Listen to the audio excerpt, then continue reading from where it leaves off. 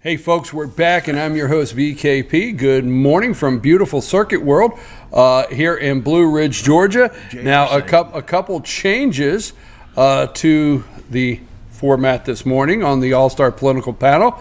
We have Bruce and Rick. Jane is on vacation. Okay, Jane is on vacation.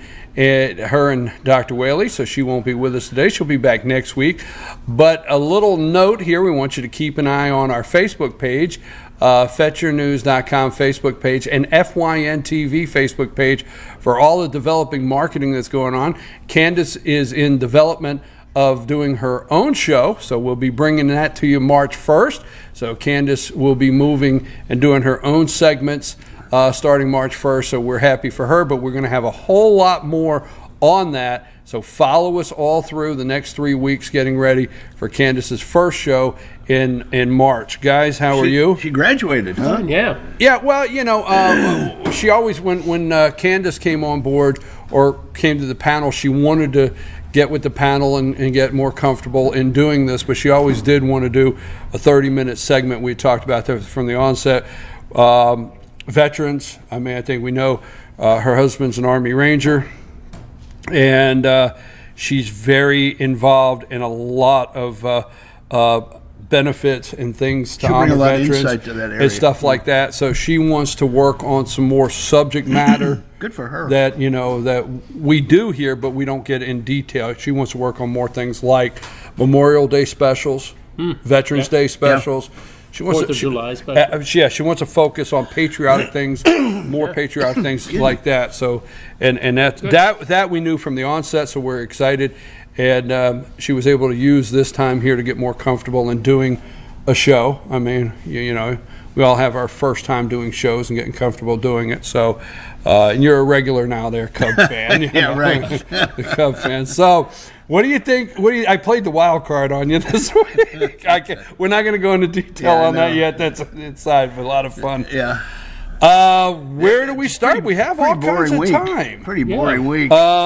You want to go with the State of the Union or cow flatulence? Which category, Bruce, do you want for 200?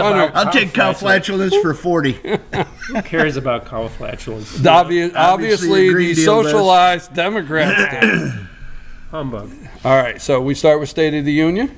Sure. Okay, Bruce, what'd you think? Excellent. Highlights? Yeah, excellent. Excellent, all the way to the excellent. We were born free, we're going to stay free. Deal with it. Bottom line. I like that, do you? Yeah. I will tell you this. My libertarian friends out there. How many do you have? There's 3.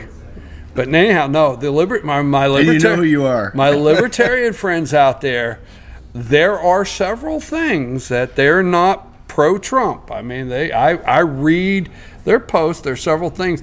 But even my libertarian friends love that line and had several good remarks concerning the State of the Union that I didn't exactly expect from them. So it hit a lot of areas. You know, Mark Levin, the great one. Thank you. I wasn't going to let that pass. I really respect his commentary. I do too.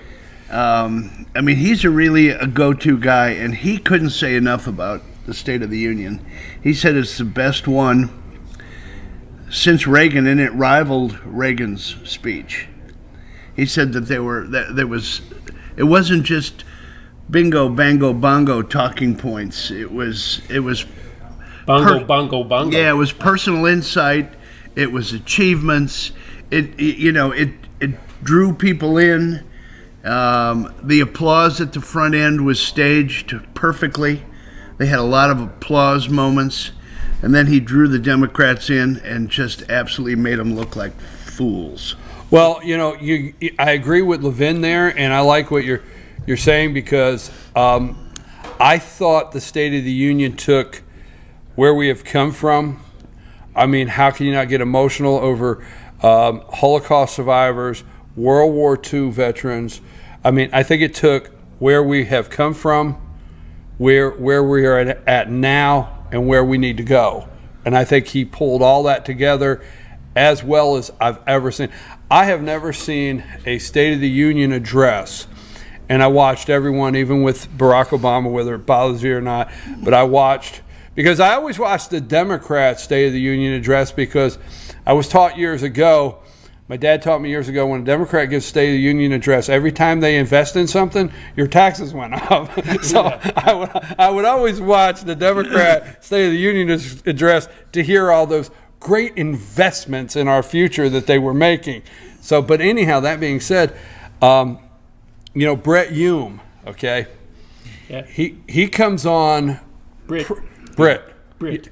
he comes on pre-Fox, I mean pre-State of the Union, and he says these State of the Union addresses, they're just, you know, there's nothing comes out of them really. You just really don't remember them the next day. You don't get. Then when it's over, he comes back on and he says, "Boy, did I screw up!" Yeah, he said, I think this one is the most memorable one. And I've done 43. And I've done 43, right? Yeah. So I think what you're saying with Levin is 100% right. I kind of like what Rush said this week. Rush said that it actually completely exposed the Democrats for who they are. Exactly. He did a really good job of I can't frame that up. I mean, I do a talk show Monday through Thursday. I can't frame that up any better. I just got to take my hat off and say, right. Rush, you are right. It just exposed them for who they are. That's why I said they had some nonpartisan moments where everybody was clapping at the beginning. Okay, we've established what you're for. Now I'm going to show people out there who you really are, and that's exactly what Rush, I think, was trying to say. And you know, AOC, of course, said he was totally unprepared, and she didn't hear any specific plans or projects or anything. And then there's the Green Dream. So you know, we'll also on the State of the Union address, how do you not applaud lowest African American unemployment? How do you not applaud Hispanic, the whole list? How do you sit on your hands? How do you sit there and not stand up when you're discussing children with cancer? Yeah, the 10-year-old girl with cancer. How do you just sit there? Yeah. Well, I mean, that's the point. All the women, I mean, you know, on the abortion point, you know, everybody else, you know, raw, you know, they just sat there. All the Democratic women. Yes. I mean, it's ludicrous. They applauded themselves. Yeah. Themselves.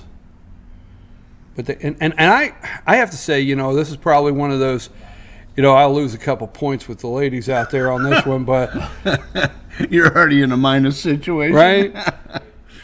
Where'd they find all those women that could wear white in one group? Oh boy! Sorry. You know, a lot of the mental institutions are going, you know, out of business. So there's a lot of straitjackets available. I just said, you know, really, you have the nerve to come on and just put a group together wearing white. Okay, all right. The women's group that used to support the Nazis wore white, and the little girls wear white. That's why I said that. Why you're wearing white, really? Okay. Bruce and I really contemplated coming in here wearing white today. Yeah. All right. Okay. At least it's not blackface. Oh yeah. Well, that was the other choice. God! If they were flipping coins for the hood. I was thinking, if you guys show up in blackface, you're not going in the yearbook. You're not getting on air. No, exactly. No. All right. So staying with the State of the Union for a minute. What are some of the strongest things that he said? Because we're going to move to Virginia. We're going to move to the subject that's going on in Virginia. We're going to move to the Green Agenda. We're going to move to Whitaker testifying today. We're going to move into Adam Schiffless. How much time we got? We got, that's right. But there's only three of us. We can get through it. Some of the most memorable lines are the things that really stuck out with you during the State of the Union. Well, I thought the two best lines, and, you know, I'm not trying to steal anybody's thunder because we probably all thinking the same thing, was when he said, we will never ever be a socialist country. Yep. It was. And how in the world do they sit on their hands? I don't know. You know Chuck why? got up, but Nancy didn't. Exactly. Yeah. And the other Manchin was up, and I think a few of the women got up, but not all of them. Manchin was popping up like there was no tomorrow. They are mad at Manchin. Yeah. And you know who else they're mad at? Who? The former pole dancer from Arizona. What's her name? Oh, Samina? Yeah. Cinema, Yeah. yeah. Cinema. yeah. Yeah. Did you see that little thing they had on where the gal next to her stood up and said, "Watch your ass"? Yeah.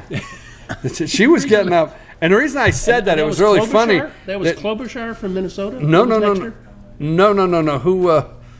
Who's I don't know. Dark-haired lady. Yeah, but told her she better watch her ass.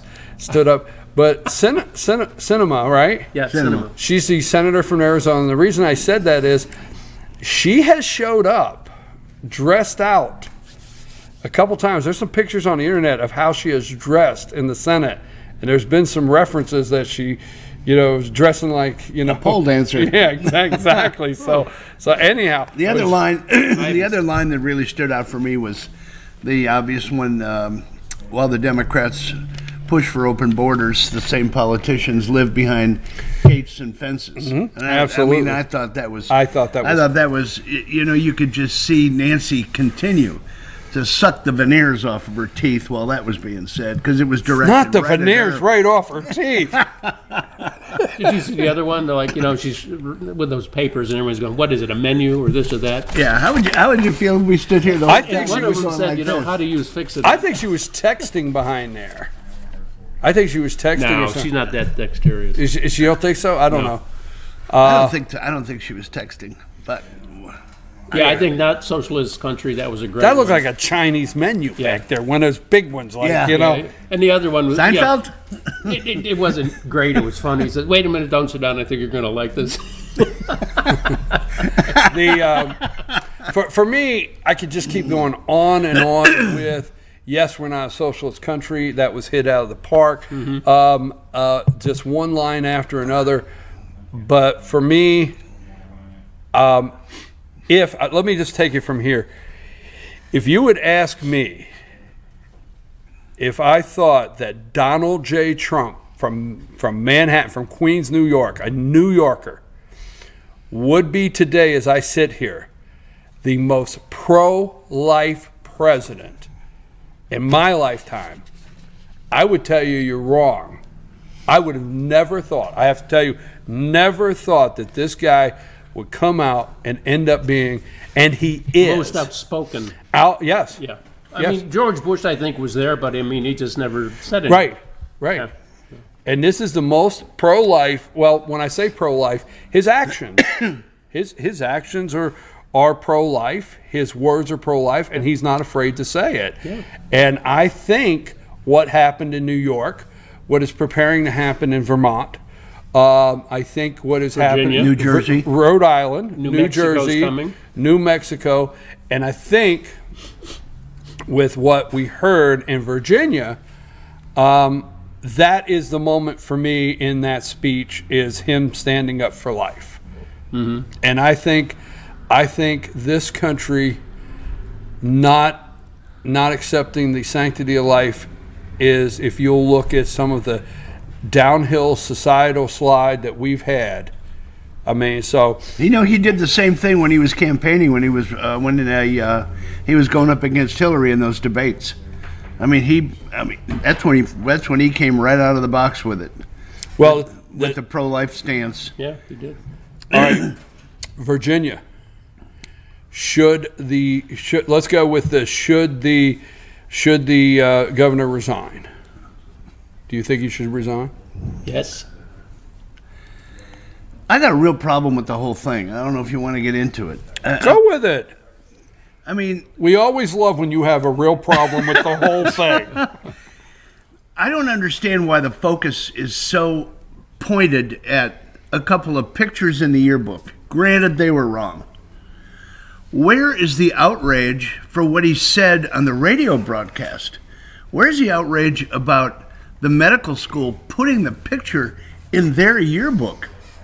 Where's the outrage about the abortion, about killing kids when they've been born, and we'll make them comfortable for a couple hours, and then we'll snip the spinal cord? Where's the outrage for that? I think it was there. I think it was there. I think it was reaching a fever pitch, and I actually think the blackface was thrown in to change the subject, but it backfired. Yeah. So I think what was supposed to happen, okay, a concerned citizen, I read an article, this concerned citizen found who? The right-wing website, what's their name? Big League Politics. Okay? Okay. So they found Big League Politics, a right-leaning conservative website, which I read quite often. Right. Okay? And they sent them these pictures, all right? So these pictures were supposed to come out, kill the fever pitch on the abortion. No, maybe a bad play on words there. But end that, and the blackface would be an outrage, and the Democrats could look like they were so just these great people that could not stand racism, and they would run him out of town. He would be done, and then I call him Lord Fairfax, okay? Lord Fairfax would be the new governor, the lieutenant governor. What's his first name? I've called him Lord Fairfax so many times. I don't know. Remember. But he would be Justin Fairfax. He would be the new governor, whooshed in, and he is black. He is slavery black from great where he got his name. Right, grandfather. And that would make that would make the Democrats look so good, and they can exhale, and this would be over. But guess what? That didn't happen. And yeah, Justin's got some issues. So what? When I think he's got. When you say where's the outrage, let's remind people the governor.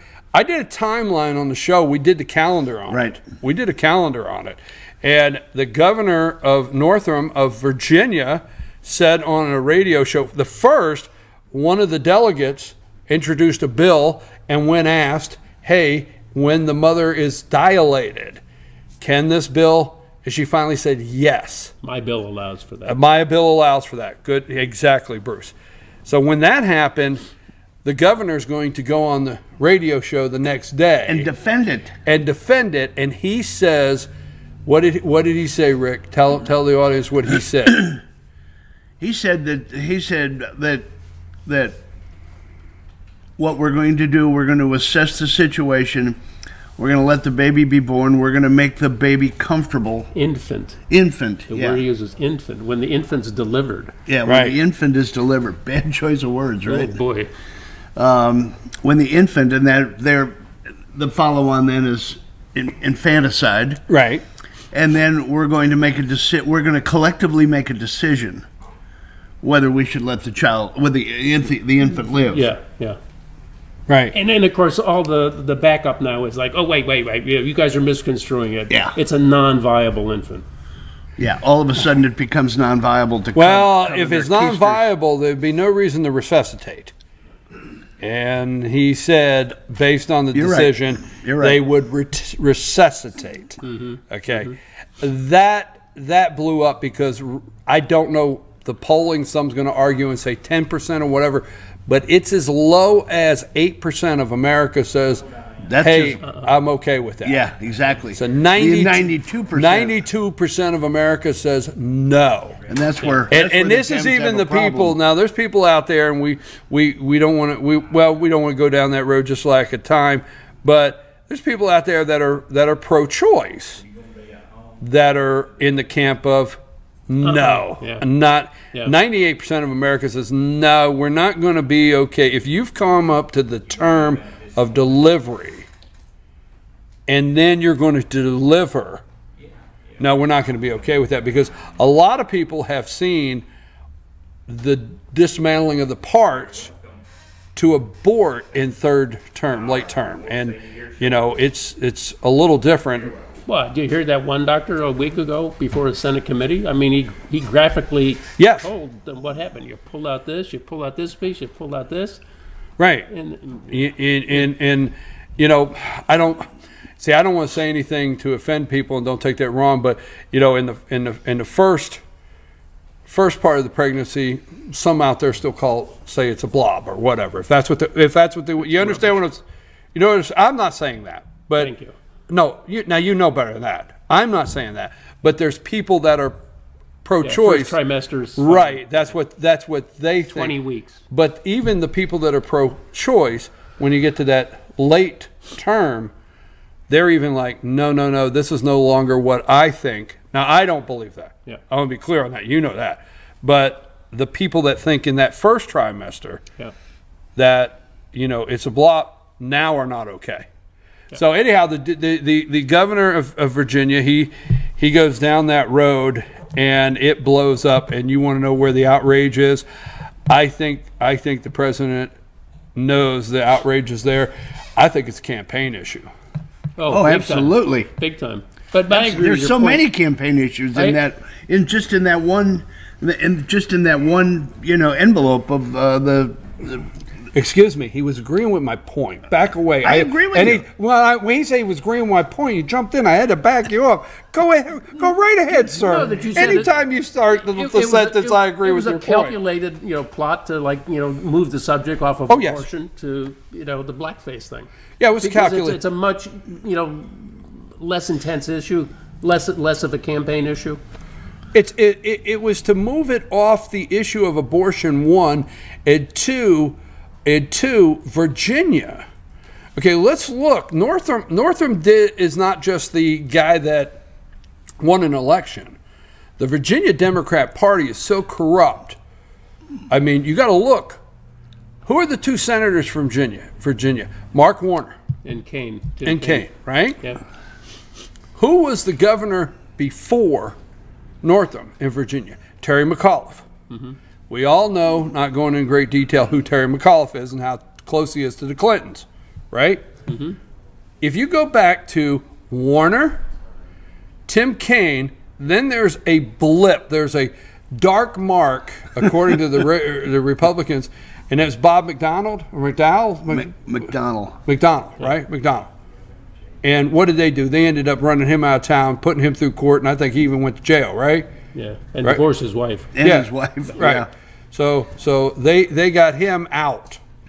Then they click back to McAuliffe and this guy here. Yeah. The whole Democrat, they are afraid. Now they're really afraid, but they were afraid the abortion issue alone, not nationally, just in Virginia, could turn Virginia back red in some spots. So people out, and they had to end that, and it is blowed up. So let's go to Lord Fairfax. Okay, do you think he's got a bigger problem than the governor? I don't think the governor leaves. There you go. I don't think I for one think every time these things blow up in a state, I think he should have come out and said, "I'm sorry. I'm the governor of Virginia. I'm not the governor of any other state. I do not have a national office. So and I got no future." No. But what I would say is, I'm sorry, but whatever is decided, I will leave up to the state of Virginia to decide, not some talking heads on TV. And that's his full term then, because they can't impeach him for crimes not committed in the office. Yeah, you can't impeach in the state of Virginia. Well, then I stay if I'm him. And they say that's what he's probably going to do. And I'd stay and say to voters, it's just like, people can get mad at me, but even up in Minnesota, Franken, I always said Al Franken should have looked at the camera and said, the citizens of Minnesota voted for me to be their senator, so I will let whatever process the state of Minnesota has in place to remove me if you want to go. So this stuff of these national, all of a sudden, blowing up on these on people, and then all of a sudden they're supposed to walk out. So I say the governor stays, because they cannot let the Republican go. You need to say that right, Minnesota. Oh. Okay. But you're right. Well, I'm gonna let you slide because a minute ago you agreed with me, so that got you a lot. Right. You're back to even. Yeah, though. you're okay. Yeah, you are like right here, buddy. One move and you're. All right. So, what say you with Lord Fairfax? Is he in bigger trouble? Oh yeah. I think he's in very big trouble. But that brings with the sexual accusations and all that. I think that's going to taint him, and he's out. The lieutenant governor of Virginia, sorry to say it that way, that has been accused by, don't you think it's kind of doctor? Let's see, what would Yogi Berra say right now? Isn't this deja vu all over again? Yeah, exactly. Okay. But you know what the validating point was? She's a professor. She's a Christine doctor. Blasey Ford was professor. Liberal, California. She has hired the same group that Christine Blasey Ford. He has hired the same group that Brett Kavanaugh had. I mean, have we been here? Yeah. The defining, I mean, the validating moment for me, though, was when that Senator Bobby somebody came out and said that, hey, I knew about this a year ago.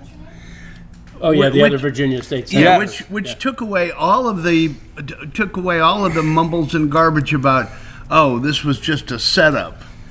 You know, they waited for the right time. No, it's been out there. Right. Fairfax, the lieutenant governor, his first initial statement is, "Oh, this is just a setup. They're just going after me." You know, he actually implied the governor did it. Exactly. Remember, he implied the to governor take the pressure off. Right. So, but no, that's been out Then there. they started running the political ads when the governor was running against, what was his name? Remember the Ed Gillespie. Yes, Ed Gillespie. That was a nasty campaign. Oh yeah. The Democrats have painted the Republicans of Virginia as all racist. But here you go, in 1 week, they're having to answer for their Charlottesville moment, right? Don't you think, you know, turnabout is what, fair play? They're having to answer for their Charlottesville moment. They're having to answer for their Brett Kavanaugh moment. They're having to answer for all these things that they painted the Republicans as being the racist. They painted the Republicans, you know, with Brett Kavanaugh. So what I want to get to with, she came out with a very graphic statement. And she came out with a very graphic statement. And unlike Christine Blasey Ford, that couldn't remember nothing, she could not remember nothing at all. Yeah, where she is, what day, how far she was from her house, anything. Right. Whose house she was at, yeah. All she knew that Brett Kavanaugh and a friend came in a room, and she had to run out, and she ran down the steps, and she was so upset that she had to have 2 front doors on her house in the future, right? Yeah, That's right. But now this lady here, her accusations very graphic, and she admits to going back to the room, and she admits to, you know, casual, consensual, you know, kissing, but then she gets very graphic, and so I don't know where that ends up. I think he is the one right immediately that just needs to resign. Yeah.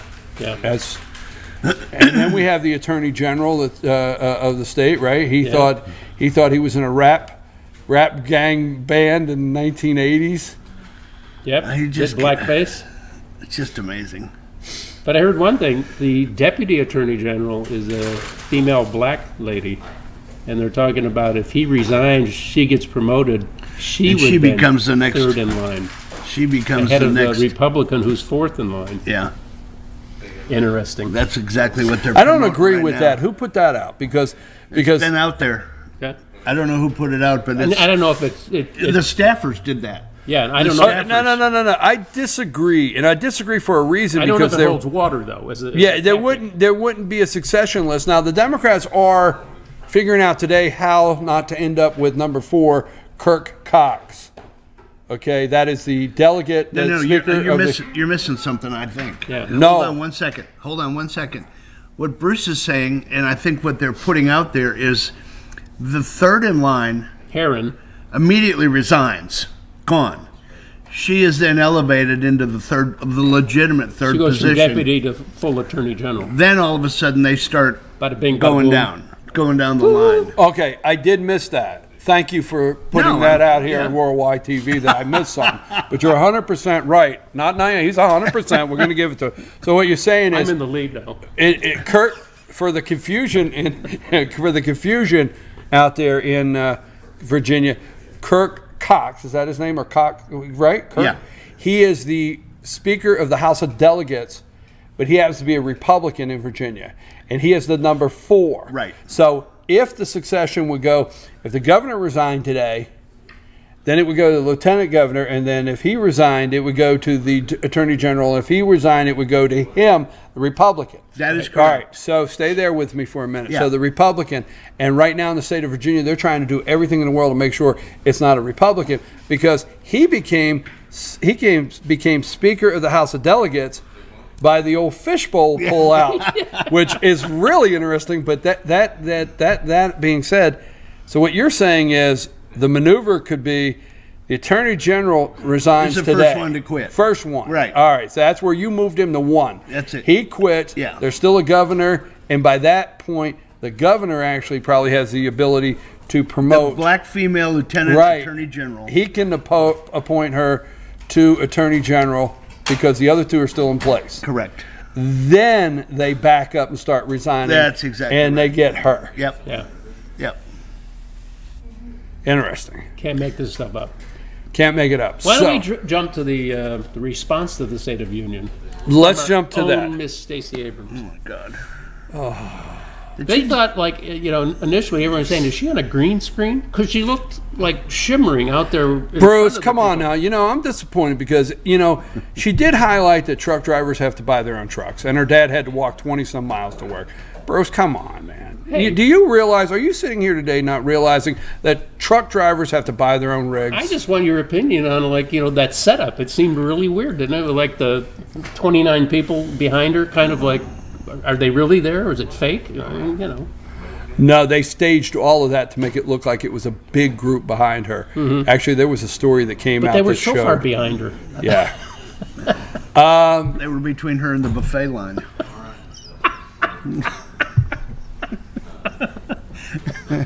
Rick. All right, Stacey Abrams, there is a lot of discussion. I've talked about it in the past. We're going to find out really soon here in the next couple weeks probably whether she's going to run against David Perdue here in Georgia. And Chuck Schumer wants her to run. The Democrats want her to run. And he is a top target. He is very much a top target, David Perdue here in Georgia. And to speak of that, how about just rolling in before I forget it on Stacey Abrams? Did you see yesterday where Congressman Bob Woodall released that he would not be seeking re-election? Is he in the 4th District of Georgia? Congressman Woodall will not be seeking re-election. He's retiring. I didn't see that. I Yes. didn't see that. So, But the Stacey Abrams response to me seemed almost like a stump speech for her campaign. Exactly. It was more about her right. than anything else, in my opinion. It was she didn't. I understand she didn't watch State of the Union. I understand it was written. I understand it was written based off the notes of the State of the Union that they were aware was going to happen, and to me, it's just probably partisan on my part. I thought it fell flat. I don't know if it connected with the other side. I don't know if it excited them here in Georgia. I don't know if it excited her base. Anywhere in the country. I really don't know. I thought it was very boring and negative. I think the president had the most unifying positive speech. And they just don't like that. And Well, yeah, on the internet, the Dems are just, Right. killing them on that. I told you, it was like, you and I had a conversation about me getting a text, which is highly unlikely in the normal sense, from my brother. He said, "Is this the best the Democrats?" And he's not political. "Is this the best the Democrats have to put out there?"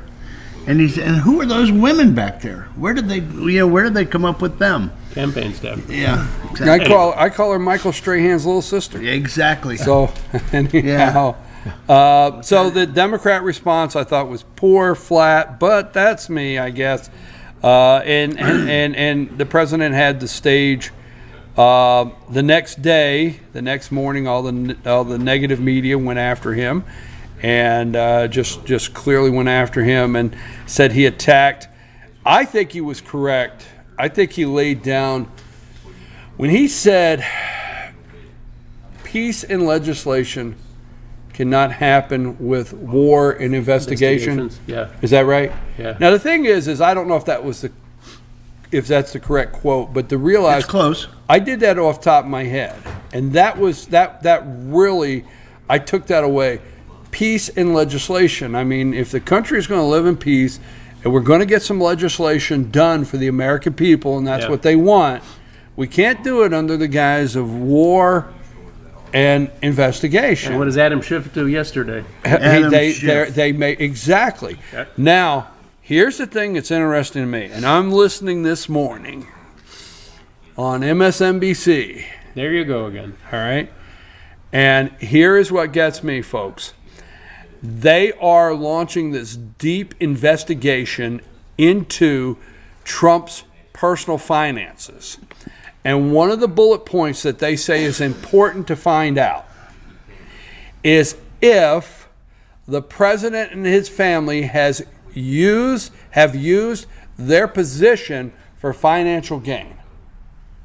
And I'm thinking, well, hell, okay, let's do that.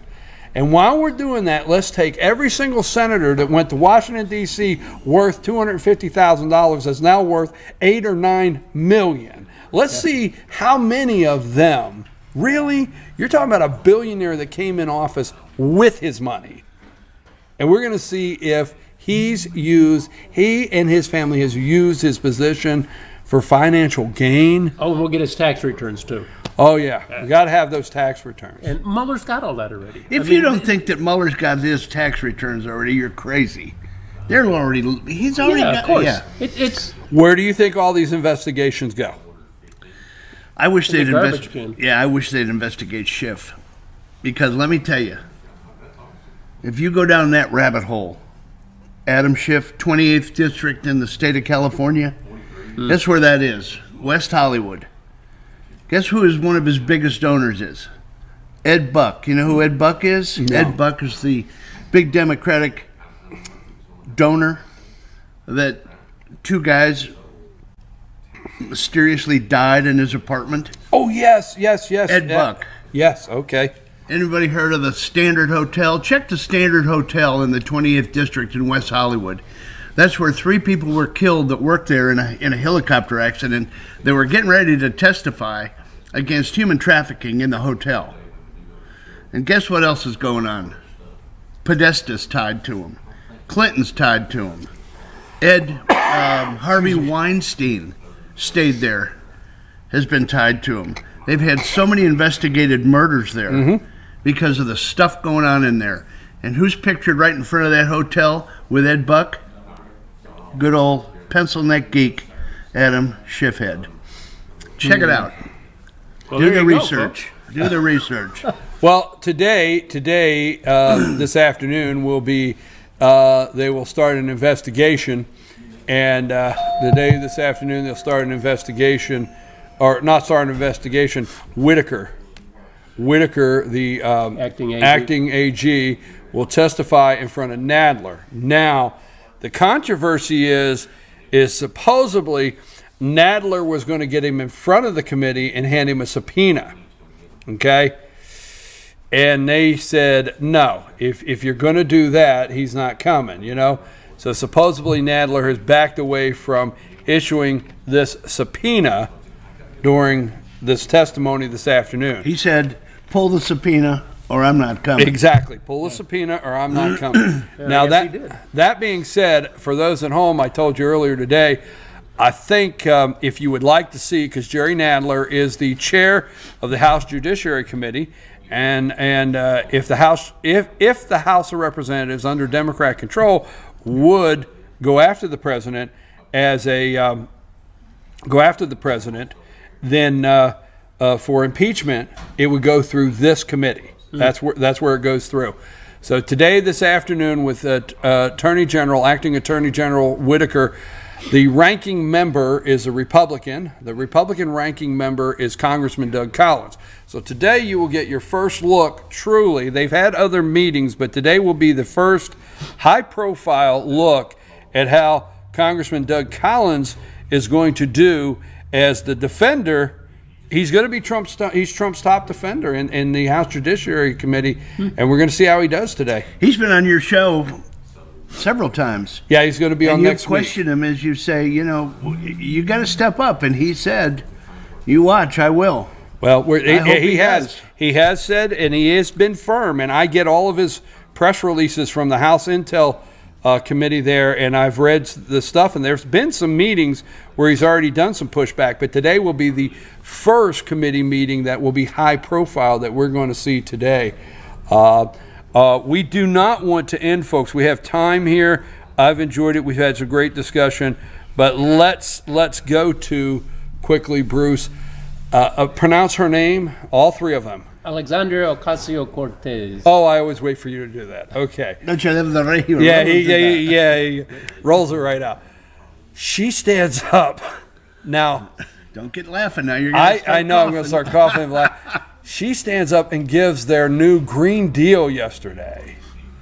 Man. No air travel in 10 years. Everybody gets airlines will be obsolete. Yeah. Everybody gets a job. High-speed trains everywhere. Everybody gets a job. Willing and unwilling to work. Right. If you're unwilling to work, you're going to get money. What do you think of that?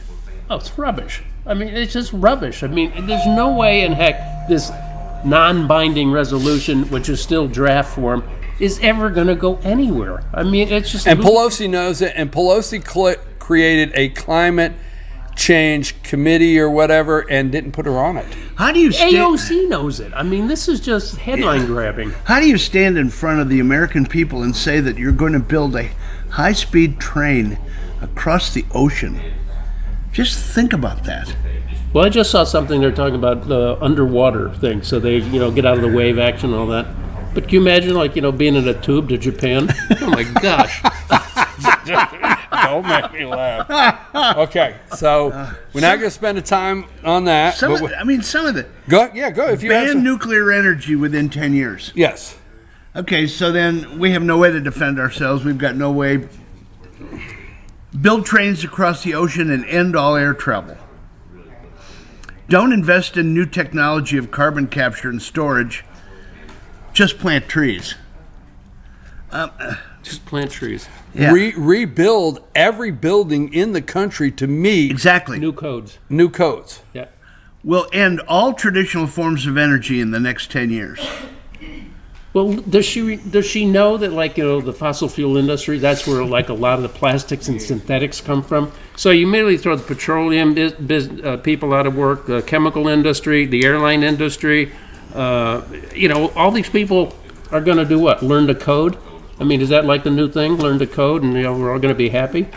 No. And if you're unwilling to work, you're just going to sit back and get a check from the government. Where's the government going to get the money? Well, this is what she said. There you go. There you go. I knew he was ready. How will it be paid for? Don't worry about that. We can get the Federal Reserve to extend credit to power these projects and investments. New banks can be created to extend credit. Yeah, but credit's got to be repaid. Exactly. By who? By what? It'll create new prosperity. It was quite humorous yesterday, but the thing is, it's sad. Yes, but did you see the number of wackos that were behind her when she? Yes, and then you see the people running for office embracing it. Okay. Don't you feel that? Don't you feel a little bit sad though that that's what this party has come to? Well, they're appealing to, like, millennials, the enthusiasm and, maybe some Gen Xers, I don't know. But, I mean, and everybody hears that and it's like, yeah, it's a free lunch. Well, we all know how free lunches go. Okay, so let's not pass up before you get to winners and losers in your last subject of the day. Let's not pass up Elizabeth Warren. Liawatha. Elizabeth Warren, her application for the bar in Texas, American Indian. You can't make this up. You can just see the smoke trail as she augers in. And she's gone. She thinks. Here's what's funny to me. She thinks when she explains things, if she will get a real soft tone when she talks to the media, it's got a difference. Well, see, I was going on what my family stories and what was relayed to me, and I do understand, like, being in the actual tribe would have been pretty important at that time. Oh my God! Yeah, we talked about it over the dinner table. That made it real. I have high cheekbones. Is she done? Is she done? Oh yes, yeah, absolutely. She's finished. She's out. Yeah. Okay. Oh no question. God, look at that. Beto O'Rourke gonna run? I think he might. Probably. All right. Bruce, winners and losers. Last subject. What did you want to talk about today? Winners and losers. Winner is Donald Trump for the State of the Union. Loser, AOC and her tribe. And just real tribe, quick, Bruce. I don't think that was appropriate. Yeah. Tribe. Yeah. Crew. Maybe she is entering American Indian on her. Yeah, I don't know. Sorry, AOC, loser. Okay. Yeah. In her Anyway, tribe. and just the ending point. I think today or tomorrow is Reagan's 108th birthday, if he'd still be alive. But anyway, just one of his quotes. We could say the government spends money like drunken sailors, but that would be unfair to drunken sailors because sailors are spending their own money. That's good. I like that. I've got to go with Trump too as a winner. I mean, there's just hands down. I think losers are the Democrats, the Democratic Party, and the way they acted at the State of the Union, and the way Nancy represents them. Okay. Anything else? That's it. That's it. You know, folks, I do not like. I do not use the show for a platform. I try to never use the show for a platform for personal agenda. Don't take. I know it's an opinion, and Monday through Thursday it's an opinion show, but I try not to use the show for a personal platform. But as I've told you, if you watch the show, I'm pro-life. It's just very simple. I'm pro-life. I'm not taken back by. I understand wicked, okay, and evil, and I'm not taken back by what happened in Virginia. I'm not taken back by what happened in New York and what they're trying to do. It's disgusting, but shocked. I'm not really shocked. But I will say this. You know, what's going on in Virginia and what's happening in some of these places? I tell you what, don't get in the way of what I might think could be divine judgment, and that's just my personal opinion, all right? So I'm your host, BKP. We're going to take a break. All-star political panel here. Jane, can't wait to get you back next week. And you out there, follow our Facebook page, fetchyournews.com Facebook page, and FYNTV Facebook page to hear more about and get some more information on Candace's new show coming in March. All right, and on the other side of this, do you have that fire and ice? Now, why is everybody holding puppies, Rick? I'm telling you, it looks like. I mean, it looks like oh Jesse's. my God. It looks like Jesse's going to do a combo segment. I'm going, geez, yeah. you're doubling Okay. up Do you have here. that fire and ice poster? Preview. So, Jesse, it's time for Senior Living with Jesse Barton, North Georgia Senior Living with Jesse Barton, Community Relations Director from Cameron Hall. And we're going to be talking about chili, fire, and ice. You got the poster there. We're going to be talking about that. Guys, we'll see you next week. Yes, sir. And then it's going to be time for our pet of the week as you, oh my God, we got puppies all over the place. Puppies Guys, take it easy. galore.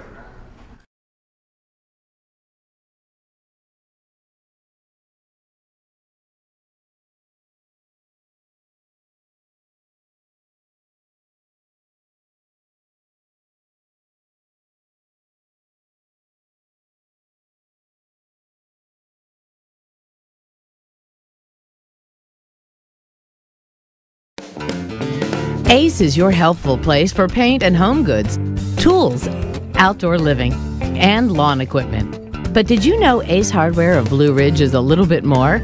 We have hunting rifles and accessories for your next hunting trip. We have Amish furniture imported directly from Ohio. And we have Ace Custom Woodworks for all your custom wood project needs, from cabinets to artwork. Ace Hardware of Blue Ridge. We have your new house in stock. Hi, I'm Rhonda the Mattress Lady, and this is my husband Gary, owners of Mattress Overstocked in LJ next to Walmart. And we want to earn your business. From the time you walk in our door to the time we deliver your new mattress to your door, you will see the difference. Our selection and prices are the best in North Georgia, and customer service is our top priority. So y'all come on in and let us help you find the right mattress at the right price. That's Mattress Overstocked in LJ next to Walmart. North Georgia Diamond is your source for diamonds. Come on in to view the area's largest selection of fine jewelry at North Georgia Diamond. All repairs and designs are done on site by our jewelers. And North Georgia Diamond has the lowest prices on loose diamonds.